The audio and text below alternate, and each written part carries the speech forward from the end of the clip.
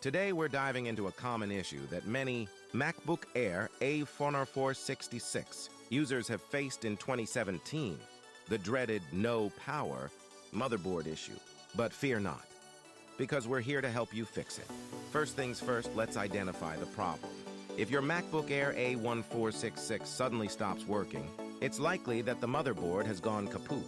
The good news is that this issue can be resolved with a simple fix. All you need to do is repair the motherboard. This is a relatively easy task for those who are comfortable with DIY repairs.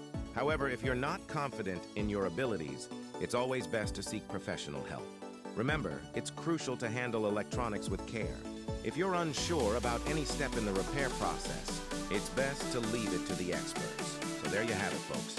With a little bit of know-how or the help of a professional, you can fix the MacBook Air A1466 no power motherboard issue in no time.